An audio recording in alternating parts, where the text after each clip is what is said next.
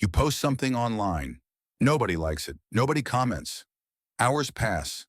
Your stomach tightens a little, and you don't know why. You check your phone again. Nothing. It feels small. It feels stupid. But somewhere underneath that feeling, something ancient is stirring. Because the real answer is far stranger than embarrassment. Your ancestors didn't fear death the way you'd expect. They feared something else more, being cast out. For most of human history, survival had almost nothing to do with strength. It had almost nothing to do with speed. A lone human, dropped into the wilderness 50,000 years ago, was not a predator. Without claws, without fur, without the raw power of the animals around them, a single person alone did not last long. The tribe was the armor. The tribe was the weapon. The tribe was the only thing standing between a body and the dark. So when someone was expelled from the group, it was rarely a metaphor. It was a death sentence with a delay.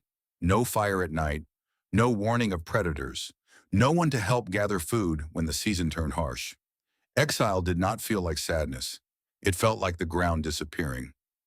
This is why your brain still reacts to rejection like it's a physical threat, not a social inconvenience, a threat to your survival, even now.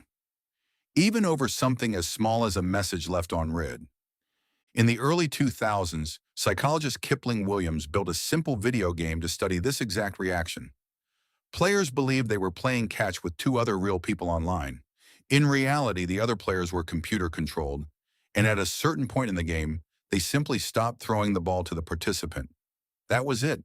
No insults, no conflict, just silence, and a ball that never came back. The results surprised almost everyone. Participants reported genuine distress after being excluded from a meaningless digital game with strangers they would never meet. Their mood dropped. Their sense of belonging cracked. Some described the sting of it lasting long after the study ended. Why would a fake ball toss hurt like a real wound? Around the same period, neuroscientist Naomi Eisenberger placed people inside an fMRI scanner and had them play a similar exclusion game while their brain activity was recorded. When participants were left out, the scans lit up in a region called the anterior cingulate cortex. This is the same region that activates when the body experiences physical pain. Not something similar to pain. Overlapping with it. Your brain, it turns out, never developed a separate system for social rejection. It borrowed the one already wired for injury. To your nervous system, being excluded and being physically hurt are processed through shared circuitry. Heartbreak is not just a phrase. Getting left out is not just a feeling. Somewhere in your skull, they register on the same map as a cut or a burn. This is the counterintuitive twist. You'd expect death to be the ultimate fear. Fangs, falling, starvation, cold. And yet the nervous system built its most sensitive alarm around something quieter. The risk of losing your place among others. Because in the world your ancestors lived in, losing your place among others usually meant losing everything else too. Anthropologist Robin Dunbar spent decades studying the size of human social groups, and what he found reshaped how researchers think about the brain itself. Human tribes across history tended to cap out around 150 people, a number now known as Dunbar's number. Beyond that size, trust breaks down. Cooperation weakens. Groups fracture into smaller ones. Dunbar argued that the human brain grew as large as it did largely to manage these relationships, tracking who could be trusted, who owed a favor, who had wronged whom last winter. Gossip, in his research, wasn't a distraction from survival. Gossip was survival. It was how information about trust moved through a group small enough to depend on every single member. If your reputation crumbled inside a group that size, there was nowhere else to go. No neighboring city, no anonymous crowd to disappear into, just the tribe or nothing. That's the environment your brain was built for. Not a world of millions of strangers, a world of roughly 150 faces you knew by name, and a single wrong move that could unravel your place among all of them. Now look at where you actually live. You are not surrounded by 150 people anymore. You're surrounded by platforms built to simulate thousands of tiny tribes at once, each one capable of delivering that same ancient signal. A like, a follow, a read receipt with no reply. Your prehistoric alarm system, tuned for a small fire-lit group of familiar faces, is now firing constantly, triggered by people who barely know you exist.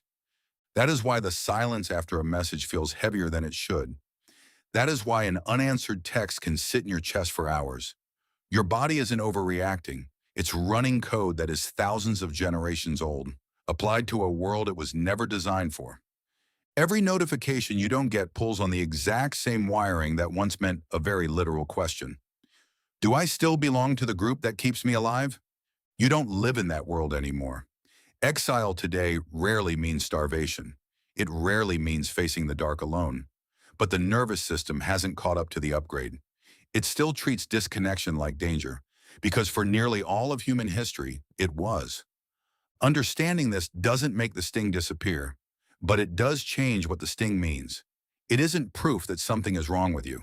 It's proof that something ancient inside you is still doing its job, still scanning the room for belonging, still asking the oldest question your species ever had to answer. So the next time you feel that small drop in your chest over something as quiet as silence on a screen, remember what's actually happening underneath it. You are not overreacting to nothing. You are hearing an alarm built for a world where being left out could end everything. You post something online, nobody likes it, nobody comments, and somewhere behind that tiny discomfort, your ancestors are still watching the tree line, still counting the faces around the fire, still afraid of the one thing that was always worse than dying, being forgotten by the only people who could keep you alive.